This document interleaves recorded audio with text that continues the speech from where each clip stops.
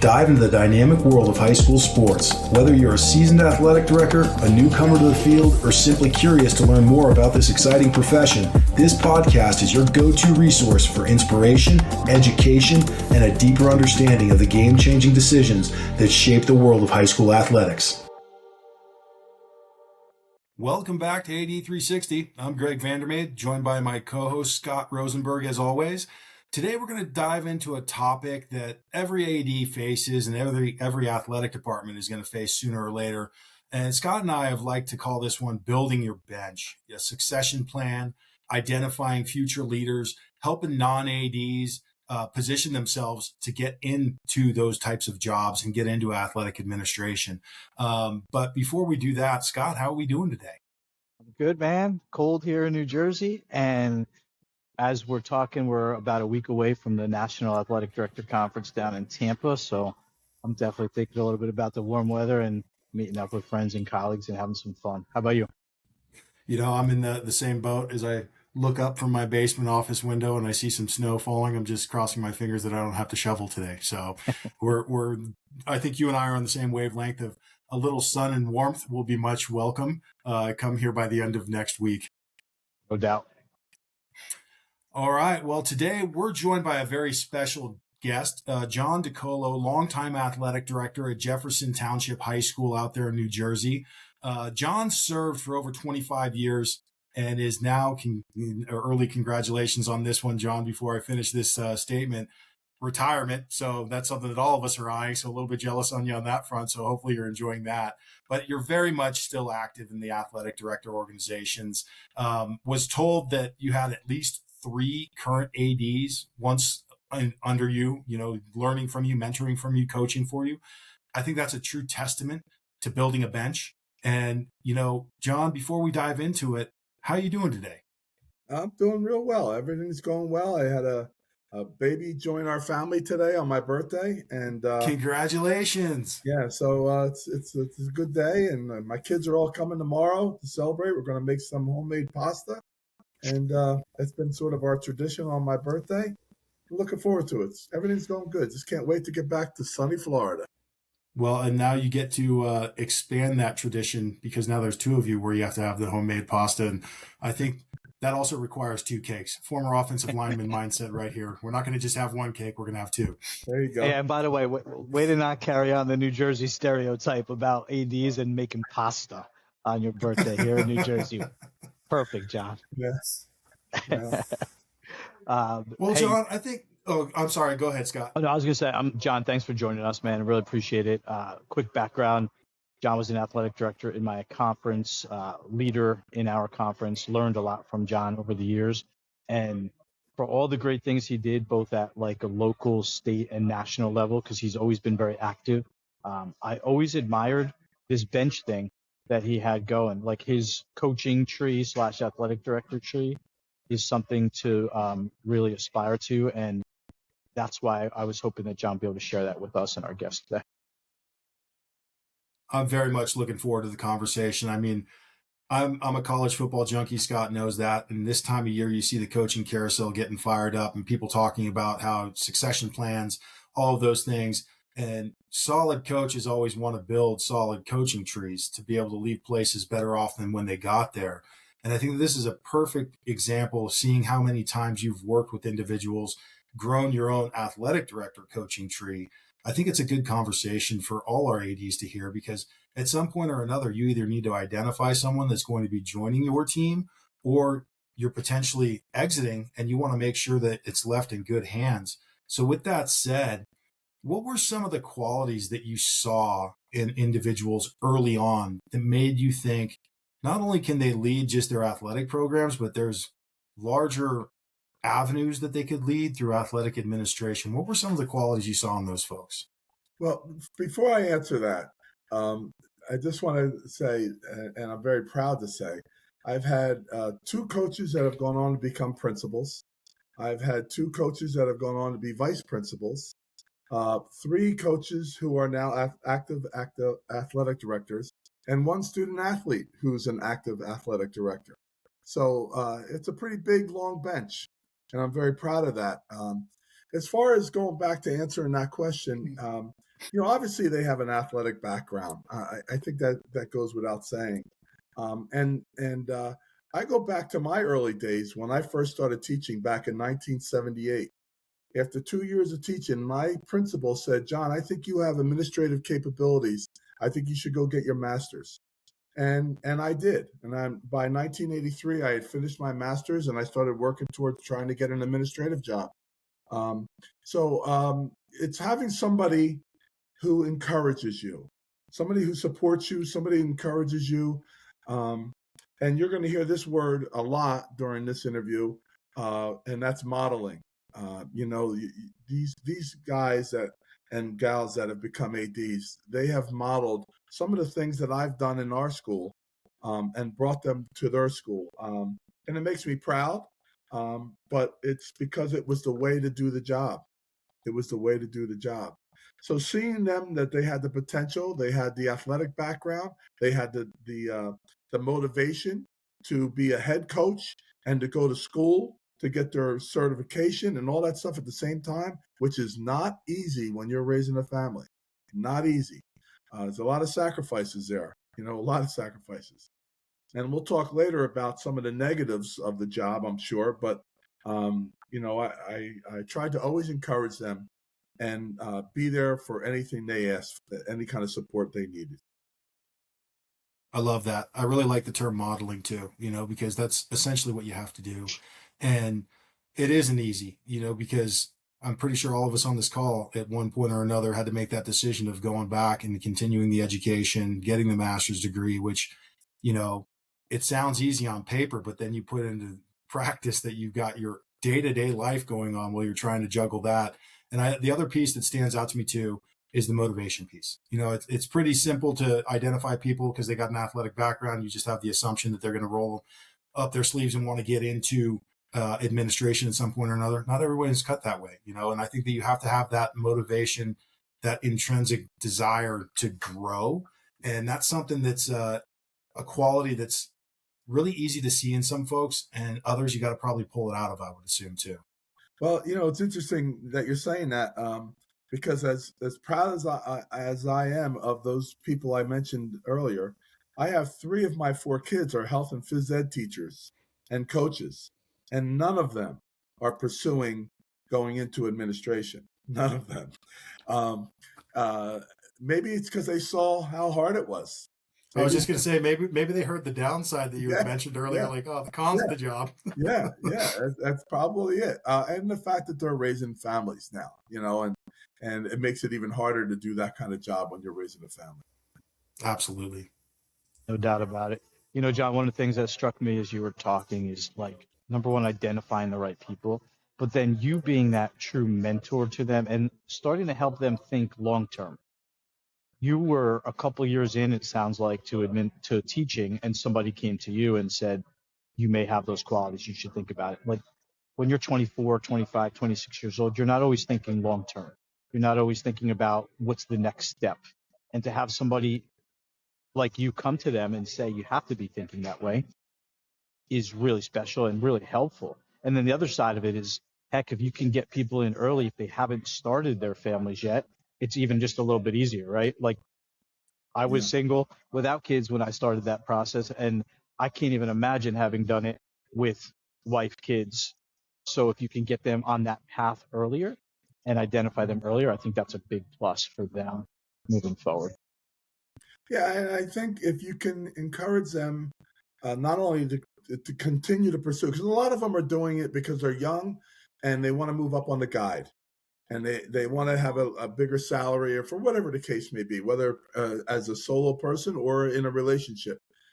So once you notice that they're going to school and they have those qualities that you think would benefit the athletic area or administration, any administration, it behooves that person or myself, any person in my position, to encourage, to support and mentor.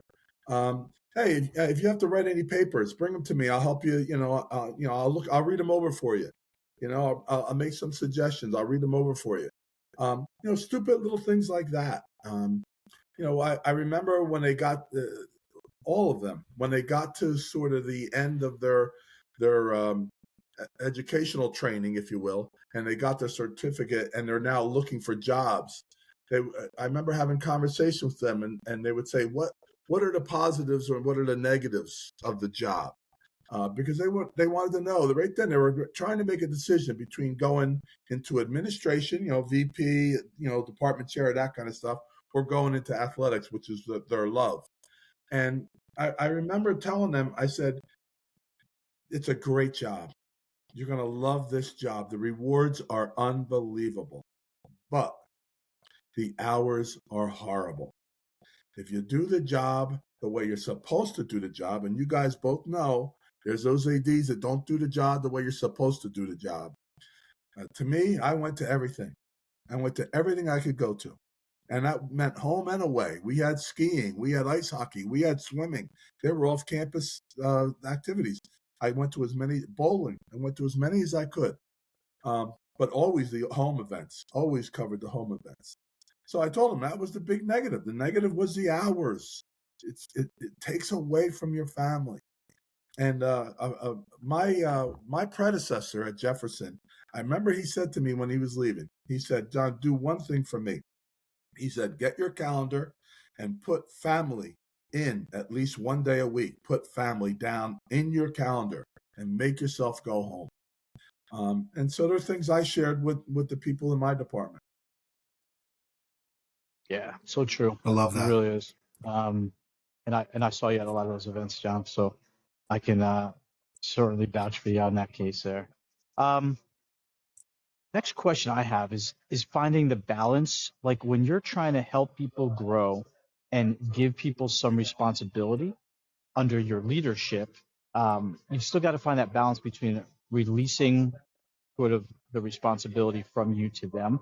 So how do you kind of find that balance to smoothly allow them to do some things to learn, but also still maintain some control, which is your responsibility? Well, I was looking at that question and trying to understand, because the people who we're talking about who were head coaches for me and might have also been in my health and phys ed department, it wasn't about me releasing them or giving them control, those kind of things, because they were busy. They were busy people. They were doing all this on their own with encouragement, but doing it on their own. Trying to get some of them to sometimes be site managers, when they were not coaching, come and be a site manager. If I was running a tournament, I would try to get them jobs in the tournament so that they could understand what it's like to run a tournament, or at least be a part of it, whether it was a ticket taker, whether it was crowd control, whatever it was. And that's really where a lot of them gained some experience, especially crowd control, when you can get them to be to do those kind of things. And then we go back to the whole modeling thing. It's more about modeling. We all had ADs that we know of that all they did was their job at their school. They didn't take any leadership position in our conference. They didn't go to the state convention. They didn't go to the national convention. All the ADs that were coaches for me, they go to those things. One of them is the president of Morris County. One of them's he's also the secretary of the conference. The other one is getting involved in running tournaments. So one of them does all the scheduling for the conference. So I'm going to say I modeled that kind of stuff, but they also took it upon themselves because that's the kind of people they were. They wanted to be the right kind of AD. So not only take care of their jobs and their school, but also contribute to the conference. I think that's really, really important. I love that. I love that. I love that. Hi, Greg. So makes me think of an interview that I just saw with Dan Lanning. I mean, you basically echoed almost everything that he was talking about. And he was basically asked, how did you get to the position that you're in right now? And one of the things that he's mentioned was when he was a graduate assistant on Nick Saban's staff, any opportunity to do something outside of his quote unquote job description, he took. And he always encourages his ADs to take those on, his GAs to take those on, because that's how you learn by doing. So like when you're talking about, I encourage them to be an event manager. I encourage them to understand how to do crowd control. Those are things that honestly, I mean, I'll speak for myself, Scott. I don't want to speak for you. I didn't know how to do that when I first got into being an AD. It was a learn by doing type thing. And anytime you have that opportunity to go and do something that is a part of a job that you want to do, you got to take it, because what happens if you eventually get that job and you have no clue how to do any of that stuff?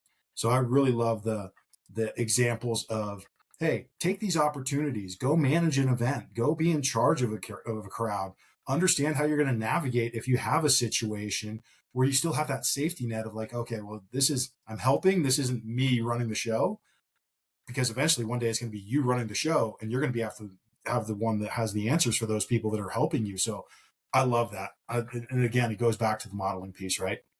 I do But, too. it's funny too. I did one of the, when I first started out, I was a director of student activities. That was my first administrative job. And I ran all the clubs. I did all that kind of stuff. And then I was looking for other jobs, vice principal job, administrative jobs. And I wasn't sure, AD, VP, AD, VP. Well, I went on the job search, and I was offered both jobs, AD at one school and VP at another school. And I took the VP job. I probably took it back then. If I think about it, it was probably more money. And I took the VP job, and I went that route. And 9 years as a VP, and then I got a principal job. Then I was 2 years as a principal. I'm one of the few people who went from principal to AD. And the reason I did that is because I wanted to be happier. I wanted to like my job more. And being a person who grew up with athletics, my whole family and everybody, I wanted to be involved in athletics. And no offense to the student activities, the choral concert and the poetry and the band and all that kind of stuff. They have their niche, and that's where they love what they do. But I'd much rather be at a basketball game than a chorus concert. That's the way I looked at it. And so that's the route I went. And I stayed as AD, and then I just got more active. The fun part is if I remember correctly, I encouraged somebody on this podcast to become the president of Morris County because I wanted him to learn what it was like to have a leadership position outside of your school. Thanks so much. So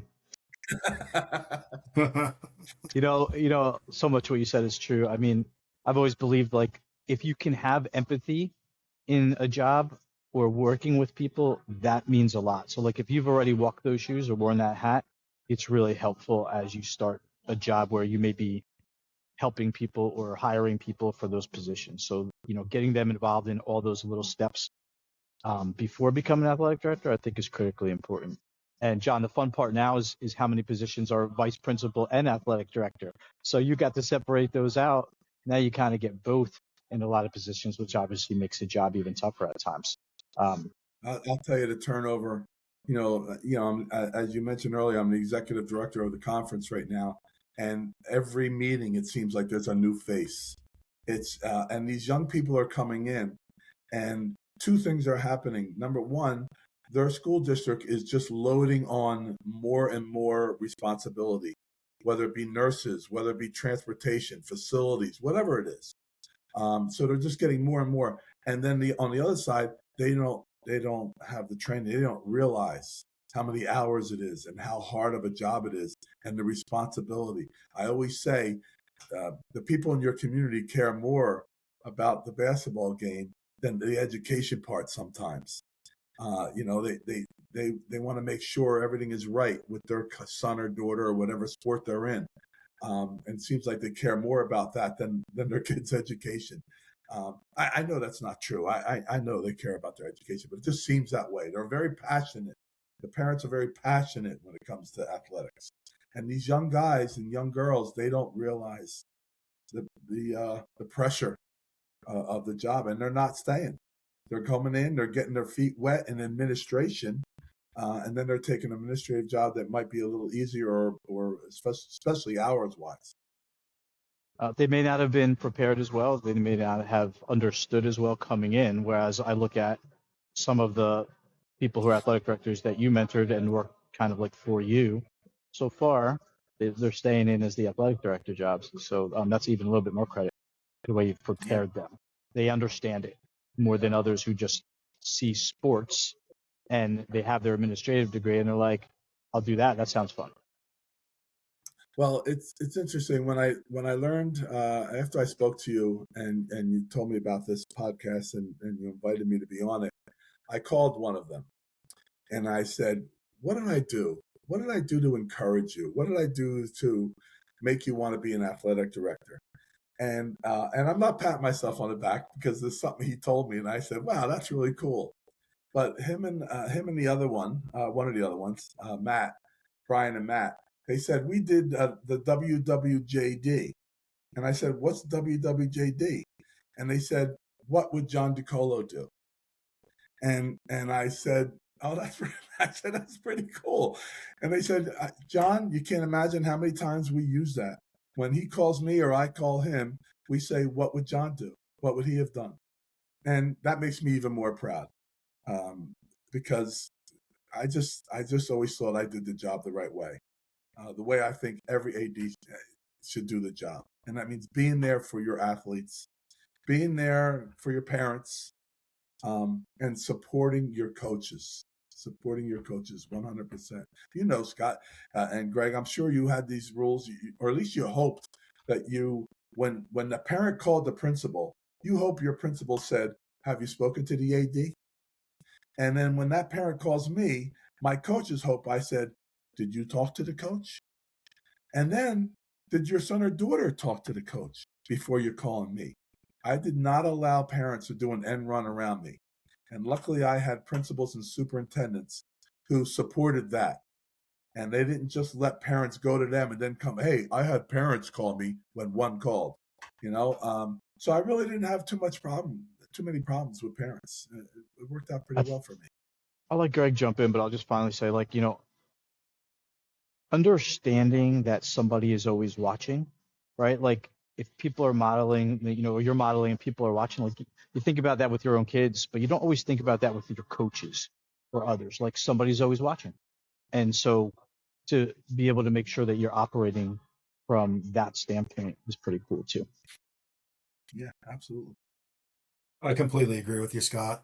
And John, you're 100% right when you said like modeling is going to be kind of a key term in which we're looking at today as we're having that conversation.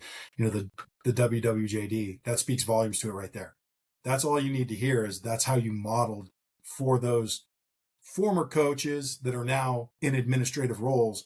They look to you for mentorship, and I was fortunate in my career that I had some mentors that I could look up to, and I was in those situations and I was like, well, what would they do? How would they handle this? You could sometimes give them a call. Hey, how would you handle this? And it's because the behaviors that you displayed to them, they entrusted what you were doing in your leadership style because they saw that it was successful.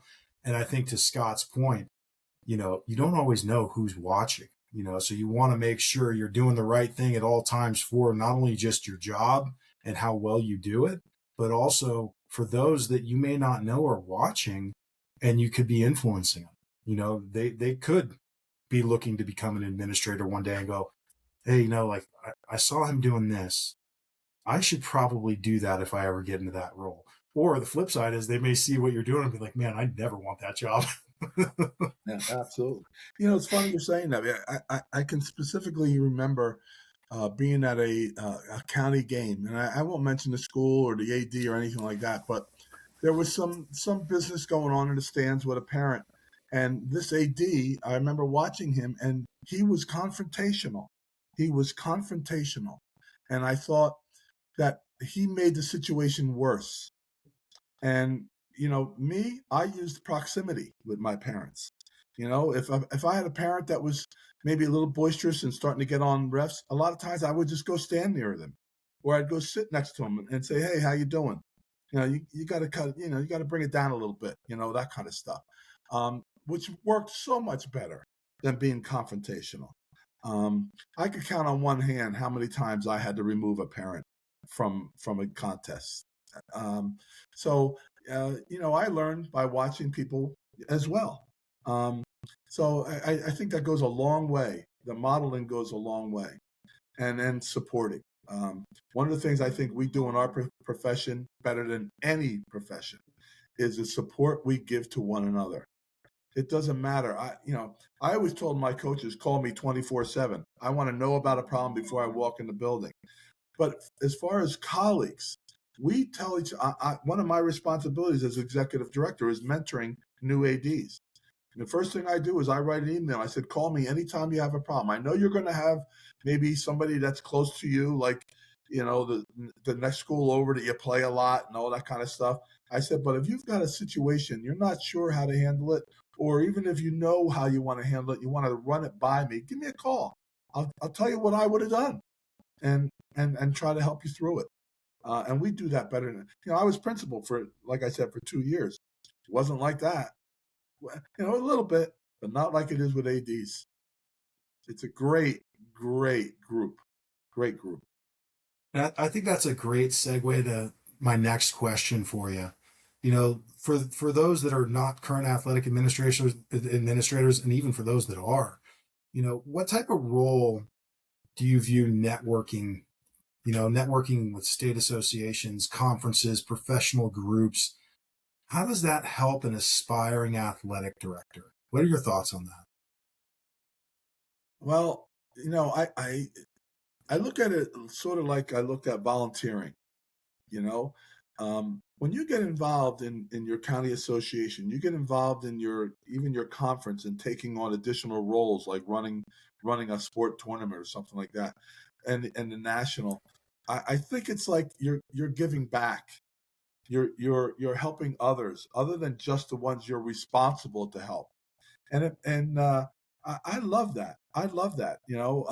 Right now, one of my job responsibilities is the Constitution, and the bylaws, and I know it like the back of my hand, and so anything that comes up in that conference, I apply it to that Constitution and say, hey, wait, we can't do that, or yeah, we got to do it this way.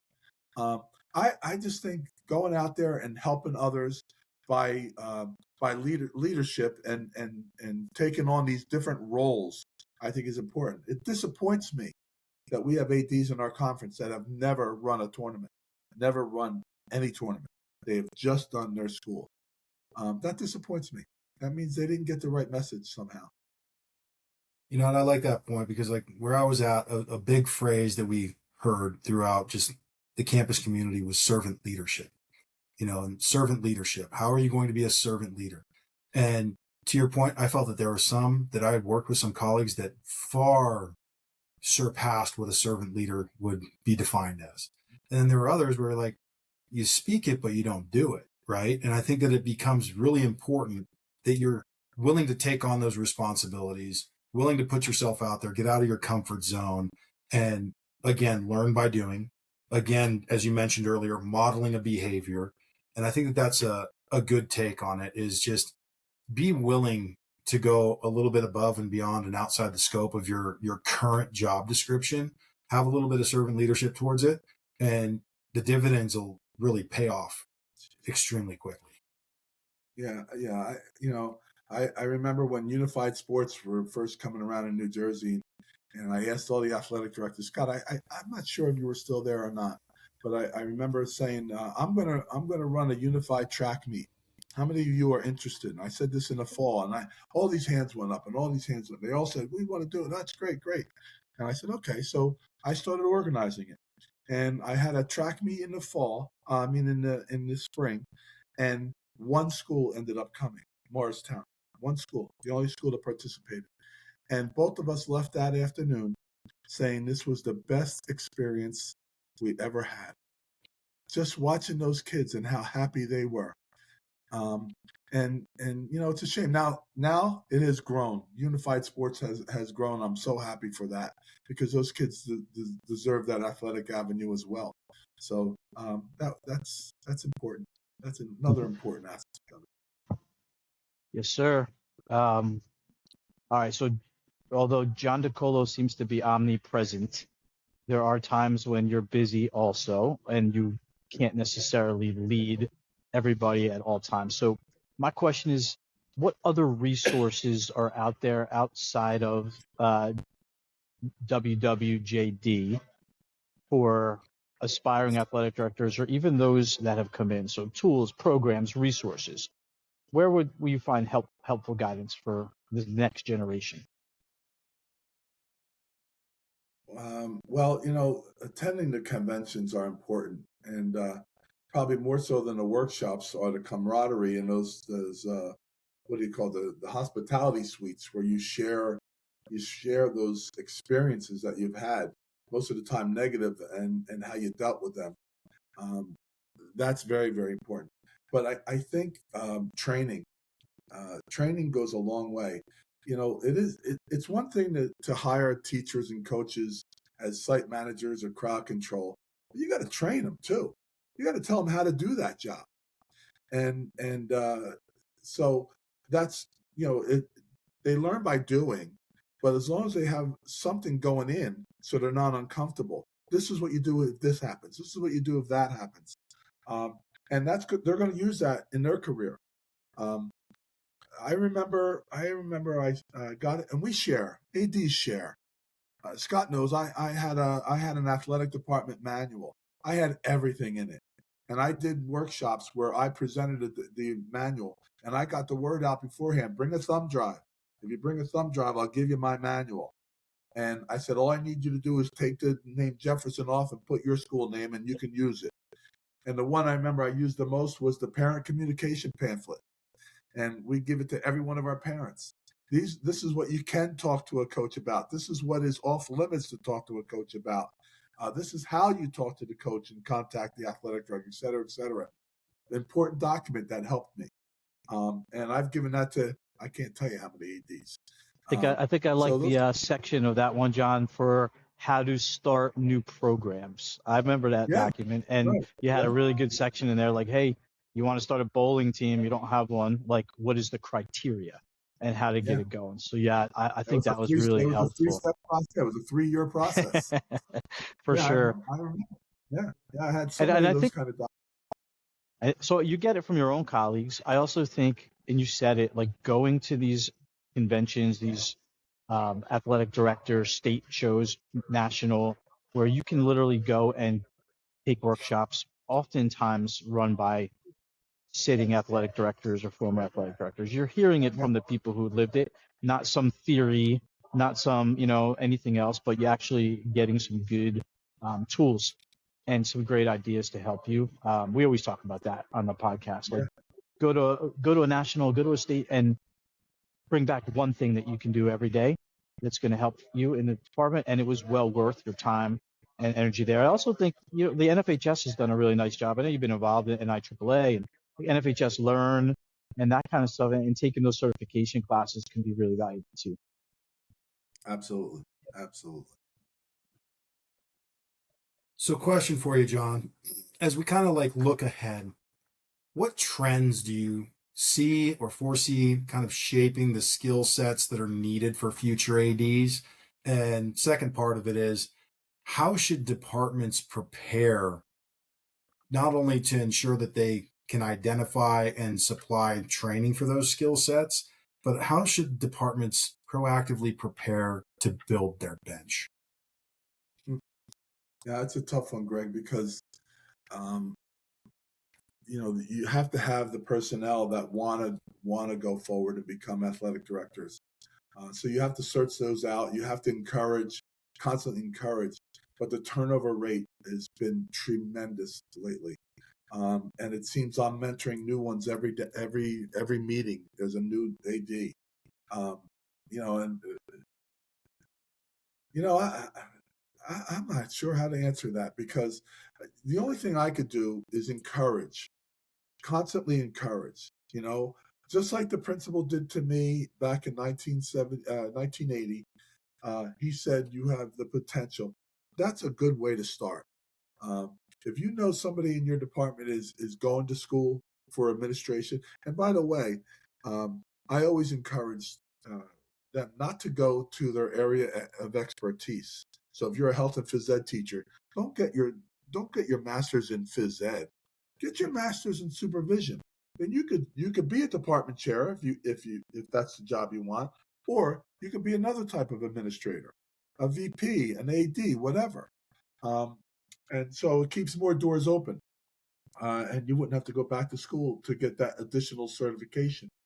But I think encouraging those people that you see the potential and constantly talking it up, constantly talking it up. I can't tell you how many conversations I would have just in my office where a coach would come in and we would just shoot the breeze. We talk about their game, we talk about their family, we talk about their future, and those kind of things I think will help to build that bench in the future. You know what I really like on that you just touched on is as you're encouraging people to go back for advanced degrees, do it outside of just your general scope.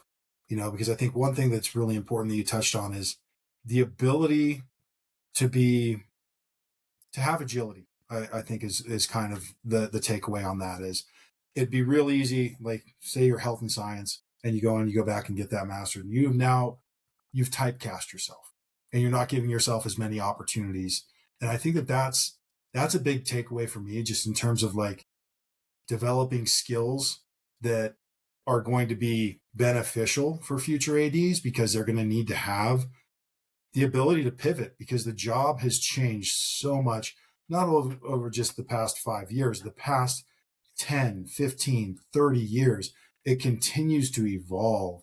And I think the big takeaway for me there is, have the ability to adapt to changes that are taking place, whether those changes be, decisions made by local education boards or state laws or whatever it is, whatever may be impacting you in your day to day, but also changes that are taking place in technology. How do you utilize it? Make sure that you have the ability to understand and use it, rather than just being so laser focused in one topic. Essentially, ADs need to be a jack of all trades, because there's so many different elements of what that job entails. So that's a big takeaway for me on that one. It's funny, as you were talking, I was thinking of another thing that's hurting the profession, and that is back in the day. And I go back because I've been around a while. Contracts used to reimburse people for going back to get their masters and education, those kind of things. Now they're either being more restrictive, and they don't even have those kind of clauses in their contracts, or you have to get a degree in your area of expertise, or the reimbursement just isn't what it used to be. I mean, when I went for my master's, I received state college reimbursement, and anything above that, I received 75%. And I went to Rutgers, and so I got state. It was almost, it wasn't free, but it was almost pretty close to free. Not today. Not today. There's much more now. Of course, it's easier because more online. I didn't have online. I was always had to drive down to Rutgers twice a week, twice a week rather. Now you can do it all online. But the expense is probably being a little bit prohibitive as well. Yeah. True. Well, I will finish with a couple things here, John. One, the idea of an exit strategy, I think, is important, right? People are getting burned out into teaching jobs, getting that master's, getting that advanced degree in something else where you can step to a different kind of role, I think, is really important. And a lot of people don't think that way. That's like playing chess versus playing checkers. For some people, you have to think ahead. And what you're saying is think ahead and plan ahead. And even if you never use it, you've got the ability to transition over to something like that, right? Two, I would say, John, I can't believe how many new people you have to mentor, so you should ask for double from the conference. I'll make sure I tell everybody that. And three, really, like, final thoughts would kind of be like this. As a varsity coach, you always were looking at your assistant coaches and trying to get them ready for a head coaching job. It's just kind of what at least the right mindset would be. Like, you kind of want to lose them, right? The JV coach wants to lose their athletes to the varsity team. The varsity coach wants to lose their JV coach to varsity coaching positions. And I really appreciate what you've said, because I look at it like you as an AD have wanted to lose your varsity coaches at times to become athletic directors, to influence more coaches and do things the right way. So I think it's a really cool mindset. Proud of you for the success that you've had in doing that. And Really appreciate you joining today, and happy birthday. Thank you so much. It was a pleasure being here. I enjoyed it. Yeah, truly enjoyed the time today, John. Happy birthday. Congratulations as well. Thanks. Now remember, 2 cakes. Former lineman's telling you 2 cakes.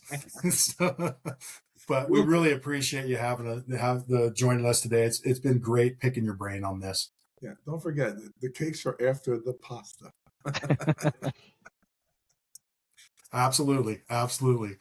Well, thanks again, John. And folks, if you liked what you heard today, make sure you follow us on Spotify, Apple Podcasts, or wherever you get your podcasts from so you don't miss any new episodes. And with that said, from AD360, I'm Greg Vandermade. Scott Rosenberg, thank you. Until next time, folks. Thank you very much.